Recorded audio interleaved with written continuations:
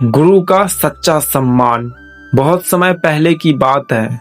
एक छोटे से कस्बे में एक साधारण सा स्कूल था।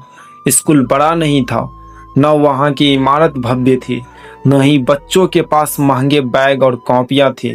लेकिन उस स्कूल की पहचान उसके एक महान शिक्षक श्री वर्मा जी से थी। वर्मा जी उम्र दराज हो चुके थे। उनके बाल सफेद हो गए थे और आंखों पर चश्मा चढ़ा रहता था। फिर भी उनकी ऊर्जा और उत्साह देखकर हर कोई चकित हो जाता। वे हमेशा बच्चों को पढ़ाते समय कहते, ज्ञान ही असली दौलत है। सोना चांदी एक दिन खत्म हो जाएगा, लेकिन शिक्षा कभी खत्म नहीं होगा। उनकी कक्षा में पढ़ने वाले बच्चों में से एक था आरव। आरव बेहतर होशियार था, लेकिन थोड़ा घमंडी भी। उसे लगता था कि वह सब जानता है और उसे किसी भी मदद की जरूरत नहीं। पढ़ाई में अच्छे अंक लाने के बावजूद वह अपने शिक्षक की मेहनत को कभी महत्व नहीं देता था। सितंबर का महीना आया। स्कूल में चारों तरफ शिक्षक दिवस की तैयारियां चल रही थी। बच्चे अपने अपने शिक्षकों के लिए गिफ्ट कार्ड और फूल लाने में व्यस्त थे। स्कूल का माहौल बहुत उत्साहपूर्ण था। हर कोई चाहता था कि अपने शिक्षक को खुश करे। आरव के दोस्त उसे बार बार पूछते, तू क्या गिफ्ट देने वाला है अपने फेवरेट सर को? आरव मुस्कुरा कर कहता, मुझे किसी गिफ्ट की जरूरत नहीं, मैं तो पहले से ही क्लास में टॉपर हूँ। सर को मुझसे इससे बड़ा गिफ्ट और क्या चाहिए?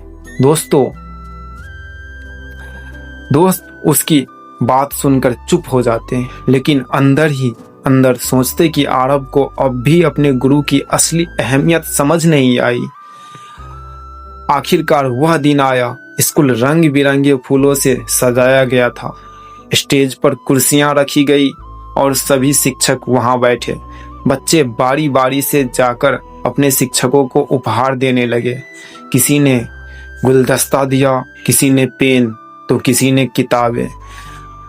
जब आरव की बारी आई, वह खाली हाथ अपने शिक्षक वर्मा जी के पास पहुंचा। सभी हैरान थे। वर्मा जी मुस्कुराते हुए बोले, बेटा तुमने कुछ क्यों नहीं लाया?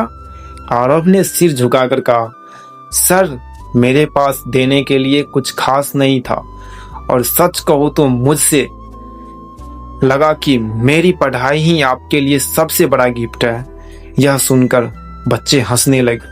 उन्हें लगा आरव बहाना बना रहा है, लेकिन वर्मा जी ने हंसी रोकते हुए बड़ी गंभीरता से कहा, नहीं बेटा, तुम्हारी पढ़ाई ही मेरे लिए सबसे बड़ा उपहार हो सकती है, लेकिन सिर्फ किताबें में अच्छे अंक लाना ही सब कुछ नहीं होता।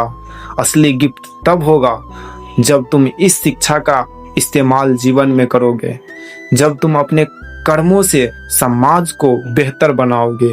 तभी मुझे लगेगा कि तुमने मुझे सच्चा सम्मान दिया है। आरव चुप हो गया। उसके दिल में यह बात गहराई तक उतर गई। उस दिन के बाद से आरव का व्यवहार बदलने लगा। पहले जहां वह घमंडी था, वहीं अब विनम्र हो गया। वह न केवल पढ़ाई में बल्कि दूसरों की मदद करने में भी आगे आने लगा। वह हमेशा सोचता, अगर मुझे अपने गुरु का नाम रोशन करना है तो मुझे अपनी बातों को अपने जीवन में उतारना होगा। समय बीतता गया। आरव ने स्कूल से लेकर कॉलेज तक पढ़ाई में अच्छा प्रदर्शन किया।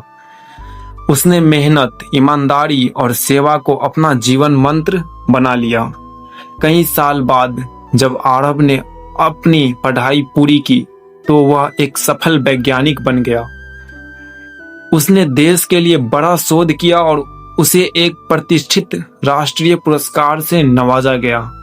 पुरस्कार समारोह के दिन मंच पर जाने से पहले उसने तय किया कि वह सम्मान केवल अकेले नहीं लेगा। वह सीधा अपने पुराने गांव और स्कूल पहुंचा, जहां अब वर्मा जी बहुत बूढ़े हो चुके थे। उनके हाथ कांपते थे, लेकिन आंखों में वही चमक थी। आरव ने पुरस्कार वर्मा जी से चरणों में रखकर कहा, गुरुदेव, यह सम्मान मेरा नहीं आपका है। आपकी सीख के बिना मैं कुछ भी नहीं था। आपने जो कहा था कि असली गिफ्ट मेरे कर्म होंगे, आज वही आपके सामने है। वर्मा जी की आंखों में आंसू झरझर बहने लगे। उन्होंने कांपते हुए स्वर में कहा, बेटा, आज तुमने सचमुच गुरु का सम्मान किया है। यह मेरे जीवन का सबसे बड़ा टीचर्स डे है। उस दिन सभी बच्चों को और गांव के लोगों ने समझा कि असली गुरु दक्षिणा, महंगे तोहफे या फूल नहीं होते। असली सम्मान तब होता है जब शिष्य अपने गुरु की सीख को जीवन में उतारता है और अच्छे कर्म करता है। अगर आप सच में अपने शिक्षक का सम्मान करना चाहते हैं तो उन्हें फूल और गिफ्ट देने से ज़्यादा उनकी सीख को अपने जीवन में उतारिए। वही आपके गुरु के लिए सबसे बड़ा उपहार होगा।